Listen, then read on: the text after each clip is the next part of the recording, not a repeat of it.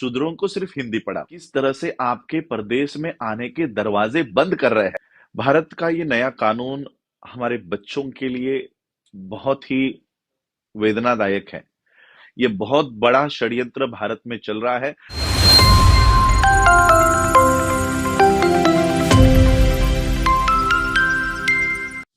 भारत के सभी मेरे साथियों को जय भीम, नमो बुद्धाय। 2 दिनों से भारत की जो खबरें मैं यहाँ पढ़ रहा हूँ, एक नया कानून भारत में बना है। भारत का ये नया कानून हमारे बच्चों के लिए बहुत ही वेदनादायक है। और ये जो कानून बनाया गया है, वो कानून ये है कि भारत में सरकारी स्कूलों की जो शिक्षा होगी, एजुकेशन होगी, उसका instruction, language of instruction, medium of instruction, शिक्षा की जो भाषा होगी वो हिंदी होगी। और हिंदी के सारे किताबें जो है वो छापी है। कल हमने देखा है कि मेडिकल की, एमबीबीएस की जो सिलेबस है, जो किताबें हैं, वो हिंदी में छापी गई है। और एक आदेश बीजेपी के मंत्री ने दिया है कि इसके बाद जो डॉक्टर्स है वो अपना प्रिस्क्रिप्शन, जो दवाई लिख के देते हैं, वो हिंदी में दे। आखिर अचानक मोदी सरकार को हिंदी से इतना प्यार क्यों होने लगा है? और अगर आपको इंग्लिश से नफरत है, तो फिर आप संस्कृत क्यों नहीं पढ़ा रहे हो? आप बच्चों की language, medium of instruction Sanskrit क्यों नहीं दे रहे हो? हिंदी क्यों देना चाहते हो? तो ये हिंदी लैंग्वेज करना एक बहुत बड़ा षड्यंत्र भारत में चल रहा है। 14 जून 2022 को द इकोनॉमिक टाइम्स, आप लोग गूगल करके वो पढ़ सकते हो, 8,000 HNIs, यानी हम लोगों ने NRI सुना था, नॉन रेसिडेंट इंडियन, हमें NRI पता है। ये HNI क्या होता है? HNI का मतलब है, फुल फॉर्म है हाई नेटवर्थ इंडियंस। जो इंडिया के सबसे अमीर लोग हैं, जो भारत को चलाते हैं, उन्होंने भारत देश को छोड़ दिया है। और ये एक दो परिवार नहीं है, एक दो लोग नहीं है जिन्होंने भारत को छोड़ा है। ऐसे 8,000 लोग जो भारत के संपत्ति सबसे ज्यादा उन जिनके पास है, जो भारत की इकोनॉमी को चलाते हैं, उन्होंने भारत को छोड़ा है। क्योंकि भारत में जिस तरह से भारत की अधोगति हो रही है, जिस जिस तरह से भारत खाई में जा रहा है, इन्होंने पहले ही आंक लिया है और भारत का त्याग करके अब वो ऑस्ट्रेलिया, कनाडा, यूएक्स और यूके वहां पर बस गए। अभी 2 दिन पहले मैं गूगल न्यूज जब पढ़ रहा था, तब और एक डेटा यहां पर मिला है कि भारत के बाहर जो भी विद्यार्थी, भले वो स्कॉलरशिप लेकर जाए या बिना स्कॉलरशिप के अपने ही पैसों पर जाए, वो जो बच्चे पढ़ाई करने के लिए अलग अलग विभिन्न देशों में जा रहे हैं, चाहे वो कनाडा हो, ऑस्ट्रेलिया हो, जापान हो, चाइना हो, यूक्रेन से तो बहुत बच्चे अभी वापस भारत आ गए। किसी भी देश में अगर वो बच्चे जा रहे हैं, तो वो पढ़ाई करने के बाद फिर भारत में लौटकर आना नहीं चाहते। अब ये बच्चे जो पढ़ लिख गए हैं, जो भारत के बाहर गए, वो भारत आना नहीं चाहते। भारत के जो संपत्तिवान लोग थे, वो भी भारत छोड़कर जा रहे हैं। अब भारत को बहुत बड़े पैमाने पर लेबर की जरूरत है। भारत में हमें मजदूरों की जरूरत है, हमें कारपेंटरों की जरूरत है, हमें मैकेनिकों की जरूरत है, हमें शूद्रों की जरूरत है। देखिए, ब्राह्मण पढ़ाई करेगा, वैश्य बिजनेस करेगा, क्षत्रिय लड़ाई लड़ेगा और शूद्र इन तीनों की सेवा करेगा। अब भारत के पास ब्राह्मण नहीं है, क्योंकि वो सारे के सारे भारत छोड़कर चले गए। भारत के पास वैश्य नहीं है, क्योंकि वो सारे के सारे भारत के बाहर है। भारत के बाहर क्षत्रिय, मैं तो कहता हूं ब्राह्मणों ने क्षत्रियों का पहले ही खात्मा कर दिया था। परशुराम को हम आप लोग मनाते हो, तो फिर सोचिए परशुराम को क्यों मनाते हो? क्योंकि उसने सारे क्षत्रियों को मार डाला था। तो भारत में क्षत्रिय तो कोई है नहीं। जो लोग अपने आप को क्षत्रिय कहते हैं, वो लोग अपना डीएनए एक बार चेक करा ले, क्योंकि खुद ही परशुराम कहते हैं कि उन्होंने पेट में भी जो क्षत्रिय बच्चा था, उसको भी उन्होंने मार डाला था। तो क्षत्रिय भारत में तो कोई है नहीं। अब रहे शूद्र, उन्हें चाहिए शूद्र, क्योंकि शूद्र अगर भारत की सेवा नहीं करे तो इन लोगों की गुलामी कौन करेगा? मोदी की गुलामी कौन करेगा? एससी के सीटों पर जाकर एमपी एमएलए कौन बनेगा? तो उन्हें चाहिए ये गुलाम, उन्हें ये गुलाम चाहिए। और इसलिए गुलामों को अगर इंग्लिश की भाषा सिखा दी तो आप लोग देश छोड़ के चले जाओगे। इसलिए ये गुलाम देश छोड़ के ना चले जाएं, आप लोग पढ़ाई लिखाई करके। अभी देखिए किसी भी कंट्री में अगर आपको जाना है, ऑस्ट्रेलिया में मैं अभी हूं, यहां पर अगर आना है आपको तो एक इंटरनेशनल टेस्ट देनी पड़ती है। उस टेस्ट का नाम है IELTS, शॉर्ट फॉर्म में से आइलेट्स कहते हैं। आइलेट्स का फुल फॉर्म है international English language testing system. अब इस IELTS आइलेट्स को पास करने के लिए जो बच्चा कॉन्वेंट में पूरे जीवन भर पढ़ा है, पहली से लेकर ग्रेजुएशन तक, उसे भी आइलेट्स में पास होने के लिए क्लासेस लगानी पड़ती है। 3 महीने की 6 महीने की क्लास पूरी करने के बाद वो आइलेट्स में पास होता है और तब जाकर वो अन्य विभिन्न देशों में जा सकता है। Without any language of English you cannot migrate any part of the world. बिना इंग्लिश जाने हुए, इंग्लिश भाषा भाषा का ज्ञान प्राप्त किए हुए आप किसी भी विश्व के देश में नहीं जा सकते। और इसलिए सबसे ज्यादा बाहर आने वाले लोगों की संख्या शेड्यूल कास्ट के बच्चों की आज मैं यहां देख रहा हूं। दो कम्युनिटीज बहुत बड़े पैमाने पर माइग्रेट कर रही है। एक पहली कम्युनिटी जो है पंजाब से। पंजाब का कोई भी बच्चा 18 साल का हो जाए, उसके सपने होते हैं मैं ऑस्ट्रेलिया जाऊंगा, कनाडा जाऊंगा, यूके जाऊंगा, यूएस जाऊंगा, ये उसके सपने होते हैं। दूसरे जो बहुत बड़े पैमाने पर आज माइग्रेट कर रहे हैं वो महाराष्ट्रियंस, महाराष्ट्र के, और वो भी बाबा साहब को फॉलो करने वाले बच्चे। और वो सारे बच्चे, चाहे वो पंजाब के हो या महाराष्ट्र के हो या किसी भी पार्ट के हो, उन्हें आइलेट्स करके यहाँ पर आना जरूरी है। आइलेट्स बहुत जरूरी है। अब सोचिए जो बच्चा पहली से लेकर ग्रेजुएशन तक अगर हिंदी भाषा में, फॉर एग्जांपल महाराष्ट्र में हिंदी नहीं सिखाएंगे, मराठी सिखाएंगे, तो मराठी भाषा में, पंजाबी लैंग्वेज में अगर पंजाब के बच्चों को सिर्फ पंजाबी में सिखाया जाए तो क्या वो आइलेट्स पास कर पाएंगे? क्या वो ये जो इंग्लिश लैंग्वेज टेस्ट है, क्या वो उसको पास कर पाएंगे? तो देखिए ये किस तरह से आपके प्रदेश में आने के दरवाजे बंद कर रहे हैं। एक तरफ भारत में आप घड़े को भी छूने नहीं दोगे और दूसरी तरफ हमको भारत के बाहर जाने भी नहीं दोगे। इस तरह का षड्यंत्र बीजेपी और मोदी सरकार देश में खेल रही है ताकि आपके बच्चे विश्व में आकर अपने गुणों को, अपने सारे जो उनमें क्वालिटीज है उसका इस्तेमाल ना कर पाए। मैं तो महाराष्ट्र के लोगों को कहूंगा कि अगर आप बाबा साहब को फॉलो करते हो, बाबा साहब को मानते हो, और महाराष्ट्र के ही नहीं, भारत के सभी लोगों को कहना चाहूंगा, चाहे वो आंध्रा में हो चाहे वो जम्मू में हो, बाबा साहब की फैमिली सबसे बड़ी फैमिली है जो माइग्रेशन करती आ रही है, माइग्रेट करते आ रही है। बाबा साहब बाबा साहब के पिताजी महाड़ रत्नागिरी जिले के मंडनगढ़ तालुका में वहां पर थे, लेकिन उन्होंने निर्णय लिया कि अपने बच्चों को अगर शिक्षित करना है तो मुझे ये गांव छोड़ना पड़ेगा, और उन्होंने वो गांव छोड़ा। वो गांव छोड़ा, वो सातारा गए, सातारा से बॉम्बे आए, बाबा साहब बॉम्बे से यूएस गए, यूएस से फिर गुजरात गए। किसी भी देश को नहीं जानते थे, किसी राज्य को नहीं जानते थे, फिर भी ये इतना माइग्रेट करते रहे। और इसलिए हम लोगों को जो हमारी अपब्रिंगिंग हो रही है, माँ पिता अपने बच्चे को अपने पास रखना चाहते हैं, हमें कहीं ना कहीं अब ये आचरण छोड़ना होगा। बाबा साहब को मानते हो और तहसील तक छोड़ने को तैयार नहीं हो, अपना गांव तक छोड़ने को तैयार नहीं हो, और उस गांव में पीटते रहोगे, उस गांव में मरते रहोगे, लोगों की गुलामी करते रहोगे, लेकिन गांव नहीं छोड़ोगे, घर नहीं छोड़ोगे।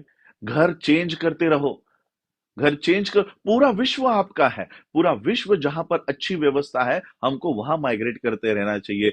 बाबा साहब के भाई, पिता के भाई, यानी बाबा साहब के चाचा, बाबा साहब के पिता को अफगानिस्तान में मिले। सोचिए हमारी फैमिली कितनी माइग्रेट करती रहती होगी। बुद्ध का धम्म ही माइग्रेशन का है। अगर बुद्ध का धम्म सिर्फ भारत को ही पकड़ के रहता तो बुद्ध भारत के बाहर आधा विश्व कभी बौद्ध धम्म के ऊपर मार्गक्रमण नहीं कर पाता। और इसलिए हमें माइग्रेशन करते रहना चाहिए। तो आज माइग्रेशन करने की सबसे बड़ी कंडीशन क्या है, सबसे बड़ी रिक्वायरमेंट क्या है? लैंग्वेज, भाषा। भाषा का अगर ज्ञान ना हो तो आप कैसे आओगे? बुद्ध को पूछा गया था कि उस समय भाषा पाली हुआ करती थी। बुद्ध को पूछा गया था कि हम अपने जो सारे जो बातें हैं, ये पाली लैंग्वेज में करें या किस लैंग्वेज में करें? कौन सी भाषा का इस्तेमाल करें? बुद्ध ने जवाब दिया कि जिस भाषा में वो समझते हैं, उस भाषा का इस्तेमाल तुम्हें करना है। जिसे जैसे एक माँ अपने बच्चों को जिस भाषा में बताती है, उस भाषा का आपको प्रयोग करना है।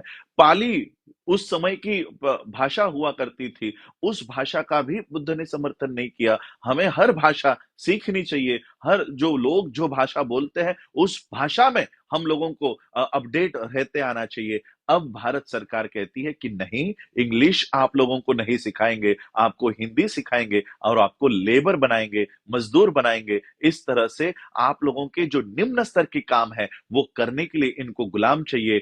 डॉक्टर बनने के बाद अगर आपको सिर्फ हिंदी में ही डॉक्टर बनाया जाएगा, आप बताओ क्या आप मलेशिया में कभी प्रैक्टिस कर पाओगे? क्या आप सिंगापुर जा पाओगे? क्या आप चाइना जा पाओगे? क्या आप जापान जा पाओगे? क्या यूएस आ पाओगे? नहीं आओगे। भारत में आपके हाथ से जो लोग पानी नहीं लेते, कोरोना की आप लोग बिहार की न्यूज़ उठाकर पढ़ लो, क्वारंटाइन में जो लोग मर रहे थे, वो लोग आपके हाथ से पानी नहीं स्वीकारना चाह रहे थे। जो लोग आपके हाथ से पानी नहीं लेना चाहते, आपके हाथ से इलाज लेंगे? आपके हाथ से इलाज करवाएँगे? और इसलिए ये लोग चाहते हैं कि वो शूद्र और वो जो वर्ण व्यवस्था है वो बनी रहे और शूद्र शूद्र ही बने रहे। इसलिए इनको भाषा का ज्ञान नहीं होना चाहिए। जैसे ब्राह्मणों ने कह दिया था कि शिक्षा का अधिकार शूद्रों को नहीं होना चाहिए, उसी तरह से अब ये नया वर्ण व्यवस्था चल रहा है कि शूद्रों को सिर्फ हिंदी पढ़ाओ। अगर ये बोल दो कि हम इनको पढ़ाएंगे ही नहीं, तो शूद्र शायद इनके खिलाफ आंदोलन कर दे। और इसलिए ये नहीं कह रहे कि हम आपको पढ़ाएंगे नहीं, हम आपको पढ़ाएंगे, लेकिन ऐसा गला कुचला और ऐसा आउटडेटेड मटेरियल पढ़ाएंगे जिससे आपकी कौम सिर्फ गधे बनेंगे, सिर्फ गधे। जो ब्राह्मणवाद का जो वजन है, वो जो भार है, वो ढोने वाले गधे आपको बनाएंगे। और इसलिए मैं आप लोगों को और जितने भी भारत में और भारत के बाहर हमारे जो समर्थक है, जो सहायक है, मैं आप लोगों से कहना चाहूंगा, बुद्धिस्ट सोसाइटी ऑफ इंडिया, भारतीय बौद्ध महासभा के माध्यम से मैं भारत में आने के बाद इंग्लिश कोचिंग और आईलेट्स के प्रिपरेशन की क्लासेस हम लोग खोलेंगे कि इंडिया के बाहर जाने के मार्ग हमारे बच्चों को खुले। इसलिए सबसे पहला काम बुद्धिस्ट सोसाइटी ऑफ इंडिया का होगा, इंडिया में आने के बाद एक सेंटर चाहे वो रेंट पर ले या खरीद कर ले, और जो यूनिवर्सिटी हम बना रहे हैं उसमें से इंग्लिश की ट्रेनिंग बच्चों को देंगे और आईलेट्स की प्रिपरेशन कराएंगे। और भारत के बाहर कहां कहां पर स्कॉलरशिप लेकर या बिना स्कॉलरशिप के आप कौन से कोर्सेज करके यहाँ पर स्थायिक हो सकते हो, ये सारा ज्ञान हम भारत के बच्चों को देंगे। तो यही मैं कहने के लिए आया था कि ये लोग हिंदी का क्यों इस्तेमाल करना चाहते हैं। और मैं आपके बच्चों को कहना, देखिए इंग्लिश का जहां पर इंस्ट्रक्शन होगा या भाषा होगी, वो स्कूल हमारे लिए बंद हो गए हैं। प्राइवेटाइजेशन स्कूल्स का हो गया है, इसका मतलब प्राइवेट स्कूल में इंग्लिश सिखाया जाएगा जहां पर हमारे बच्चे नहीं आ सकते। मैं मेरा उदाहरण देना चाहता हूं, मेरी बच्ची उसका जन्म 2010 में हुआ।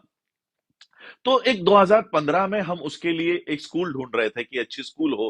तो बॉम्बे की सबसे अच्छी स्कूल थी रायन इंटरनेशनल। तो रायन इंटरनेशनल में हम जब गए, तो वहां पर एक जूनियर केजी की एंट्री फी है 3.5 लाख रुपए। 3.5 लाख रुपए जूनियर केजी का बच्चा सिर्फ मट्टी में खेलने वाला है, फिर भी उसके लिए 3.5 लाख रुपए है। तो हमने कहा ये हमारे बजट में नहीं है। फिर हम लोग दूसरे स्कूल में गए, पोदार करके बॉम्बे में एक बहुत बड़ी स्कूल ऑल ओवर इंडिया चलती है, उसकी फ्रेंचाइजी ऑल ओवर इंडिया है। आज भी जूनियर केजी की फी यहाँ पर 2 से 2.5 लाख रुपए है। हमको वो भी अफोर्डेबल नहीं थी, तो हमने किसी कॉन्वेंट अच्छे स्कूल में हमने अपनी बच्ची का एडमिशन कर दिया ताकि वो इंग्लिश वहां पर सीखे। लेकिन अब पता चल रहा है कि इन बच्चों को भी इंग्लिश वहां पर नहीं सिखाया जाता। तो ये हमारे बच्चे जो प्राइवेट स्कूलों में जाएंगे, उसकी फीस इतनी बड़ी कर रखी है कि हम अंबेडकर फैमिली भी अपने बच्चों को इन स्कूलों में नहीं पढ़ा सकती। सोचो सामान्य लोग अपने बच्चों को इन स्कूलों में पाएंगे कि नहीं। और इसलिए ये एजुकेशन के दरवाजे हमारे लिए बंद कर रहे हैं, इसलिए हमें वो दरवाजे खोलने चाहिए।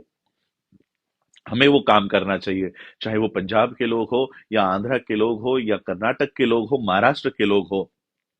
हम धम्म की बातें कर रहे हैं, धम्म का काम करते हैं, लेकिन धम्म का है मतलब ही एजुकेट होता है, एजुकेशन देना होता है। तो हमें ये प्राथमिक काम करना होगा।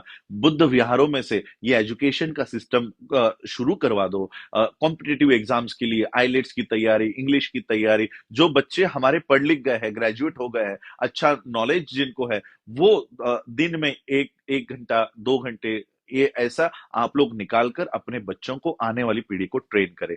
ये बहुत बड़ा षड्यंत्र भारत में चल रहा है। भाषा को ये हिंदी भाषा को कंपलसरी करके हम लोगों को भारत में दबा कर रखना चाहते हैं, भारत के बाहर आने नहीं देना चाहते। और इसलिए हम लोगों को इनका ये षड्यंत्र पहचान कर हम लोगों को उस तरह से मार्गक्रमण करना चाहिए। ये जानकारी मैं देने के लिए आप लोगों के लिए आया था कि बहुत बड़ा षड्यंत्र हम लोगों को वहां पर हम लोगों के लिए बनाया जा रहा है। इस षड्यंत्र का तोड़ अगर वो पॉलिसी बना रहे हैं तो हमें काउंटर पॉलिसी तैयार रखकर उस पर काम करना चाहिए।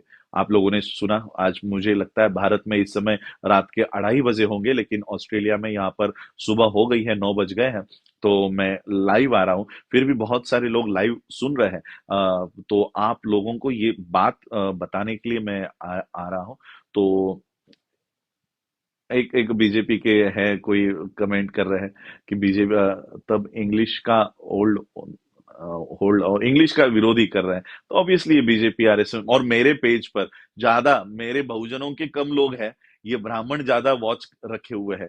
और इसलिए आरएसएस के सभी लोग, इसलिए मैंने लास्ट टाइम मैंने डिसाइड किया था कि मैं सोशल मीडिया का त्याग करने वाला हूँ, फेसबुक यूट्यूब पर अपने वीडियोस नहीं डालूंगा और अपनी खुद की एक वेबसाइट बनाकर उसको प्रॉपर लोगों को वेरीफाई करके ही उसको उसका मेंबर बनाएंगे। क्योंकि मेरे पेज पर घुसपैठ हो चुकी है, मेरे पेज पर सारे तिवारी त्रिपाठी वहां पर वॉच लगाए हुए हैं।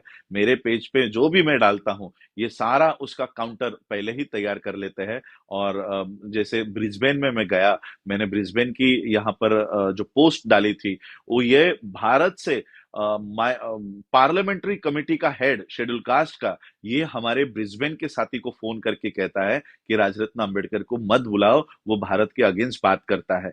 ये देखिए मेरे पेज पर ये ब्राह्मणों के लोग वॉच करके रखे हुए हैं, और वो जहां जहां पर मैं जाता हूं उनको फोन करते हैं। कल परसों भी मैंने एक मेंबर ऑफ पार्लियामेंट की पोस्ट डाली, मुझे वो नाम उनका मिटाने मिटाने लगा, क्योंकि भारत के बाहर इनके जो कॉन्सुलेट्स यहाँ पर बैठे हैं, वो कहीं उनको जाकर धमकियां ना देने लगे। तो मेरे पेज पर ये सारे ब्राह्मणवादी जो लोग हैं वो कमेंट करते रहते हैं। मुझे तो और अच्छा लगता है कि कब तक हम कमेंट करते रहे, कब तक हम आपकी प्रतिक्रिया करते रहे। आप हमारे बच्चों को मारोगे, आप हमारे मूछ रखने पर हत्या कर दोगे, आप हमको घोड़ी पर बैठने पर हत्या कर दोगे, और हम प्रतिक्रिया देते रहेंगे। अब हम क्रिया कर रहे हैं और आप प्रतिक्रिया दे रहे हो। मुझे बहुत अच्छा लगता है आपको प्रतिक्रिया देते हुए और देखते हुए कि आप लोग प्रतिक्रिया दे रहे हो। बहुत अच्छा हम लोग क्रिया करने का काम देश कर रहा है, और बहुत अच्छा आज काम हो रहा है। तो बहुत आप सभी लोगों को बधाई देता हूं कि बौद्ध धर्म के माध्यम से भारत में एक बहुत अच्छी पहल शुरू हो चुकी है। जो 22 प्रतिज्ञा हम लोग हॉल में दे रहे थे, छोटे छोटे कार्यक्रमों में दे रहे थे। मुरादाबाद में मुझे पता है 2015 की, आप लोग यूट्यूब चेक कर लो, आवाज इंडिया हो या बहुजन टीवी हो या नेशनल दस्तक हो, इन्होंने वो कार्यक्रम भी अपने पेज पर चलाया है, अपने चैनल पे चलाया है। उस समय एक 30,000 लोगों ने बौद्ध धर्म की दीक्षा मुरादाबाद में ली थी और 22 प्रतिज्ञा दोहराई थी। वो 22 प्रतिज्ञा कभी किसी ने नहीं दिखाई 2015 में। 2022 में आप हमारी 22 प्रतिज्ञा घरों घरों में दिखाई गई है, हमारी 22 प्रतिज्ञा वर्ल्ड में दिखाई गई है। तो बहुत अच्छा लगता है जब ब्राह्मण हमें प्रतिक्रिया देता है। अब हम क्रिया करने के स्टेज पर आ गए हैं और तुम प्रतिक्रिया देने के कगार पर आ गए हो। तो बहुत अच्छा, धम्म के माध्यम से हम लोगों ने ये मुकाम हासिल कर लिया है। तो इसलिए ये बात मैं बताने के लिए आया था कि इंग्लिश लैंग्वेज कंपलसरी अपने बच्चों को पढ़ाओ, और सिर्फ पढ़ाओ ही नहीं, हम मुझे पता है हमारे माता पिता अपने अपने रीजनल लैंग्वेज में अपने बच्चों से बात करते हैं, लेकिन घर में भी जो लोग पढ़ लिख गए वो अपने बच्चों को इंग्लिश की ट्रेनिंग दे, उन बच्चों से इंग्लिश में बातें करे। मैं भी मेरे बच्ची से इंग्लिश में बातें करता हूँ, बच्चों को इंग्लिश लैंग्वेज आनी चाहिए इसके लिए प्रेरित करता हूँ, क्योंकि मेरा खुद का क्वालिफिकेशन, मेरी खुद की एजुकेशन कॉन्वेंट स्कूल की है। हम लोग क्रिश्चियन मिशनरी स्कूल में पढ़े हैं, सैमसन इंग्लिश हाई स्कूल मुलोनी में थी, तब हम लोग वहां पर पढ़े हैं और बेसिक एजुकेशन हमारा इंग्लिश में है। लेकिन इंग्लिश भाषा का ज्ञान प्राप्त करने के बाद भारत में मुझे हिंदी ही बोलनी पड़ती है, क्योंकि भारत के लोगों के सामने अगर मैं इंग्लिश में बोलने लगा तो उन्हें समझ में नहीं आएगा। तो पूरी एजुकेशन इंग्लिश में हुई, लेकिन मेरा कार्य क्षेत्र हिंदी में है, इसलिए मेरी इंग्लिश थोड़ी कमजोर हो गई और हिंदी अच्छी हो गई। पहले मेरी हिंदी कमजोर थी, इंग्लिश अच्छा था, अब उल्टा हो गया है। लेकिन फिर भी हमें हमारे बच्चों को इंग्लिश लैंग्वेज के लिए ट्रेन करना होगा, और सिर्फ इंग्लिश लैंग्वेज के लिए नहीं, आइलेट्स के लिए उनको तैयार करना होगा, क्योंकि हमारे बच्चे 3 साढ़े 3 लाख की कोचिंग एफोर्ड नहीं कर सकते। तो हम सभी लोग इंग्लिश भाषा का इस्तेमाल करें, इंग्लिश का बॉयकॉट नहीं करें। जिनको बॉयकॉट करना है, देखो ब्राह्मणों के बच्चे भारत में है ही नहीं, तो ऐसा मत, जो लोग कहते हैं हम भारत से ब्राह्मणों को भगाएंगे, अरे भारत में ब्राह्मण है कहाँ जो भगाओगे? वो सारे अगल बगल में भाग गए हैं पहले से ही। भारत को कुआं बनाकर, खाई बनाकर, खाई में ढकल कर वो चले गए हैं। भारत के सभी लोग भारत के बाहर हैं। अब मैं अमित शाह जी से गुजारिश करना चाहूंगा कि अमित शाह जी, आपके बेटे को अगर इंग्लिश नहीं आती है, इसका मतलब ये नहीं कि भारत के किसी भी लोगों को इंग्लिश नहीं आनी चाहिए। आपका बच्चा अगर इंग्लिश नहीं बोल सकता, तो बाकी बहुजनों के बच्चों को भी इंग्लिश नहीं पढ़ाना चाहिए। ये नीति अब बंद कर दो। बहुजनों के लोग अब जागरूक हो गए हैं। तो अमित शाह जी और जय शाह जी, मैं आपको कहूंगा, इंग्लिश नहीं आती तो कोचिंग करा लो और वहां से इंग्लिश कर लो, लेकिन हमारी इंग्लिश बंद मत करो। तो आप लोगों ने मुझे सुना, उसके लिए आप सभी लोगों का आभार व्यक्त करता हूं। जय भीम, जय बुद्ध, जय भारत। नमो बुद्धाय।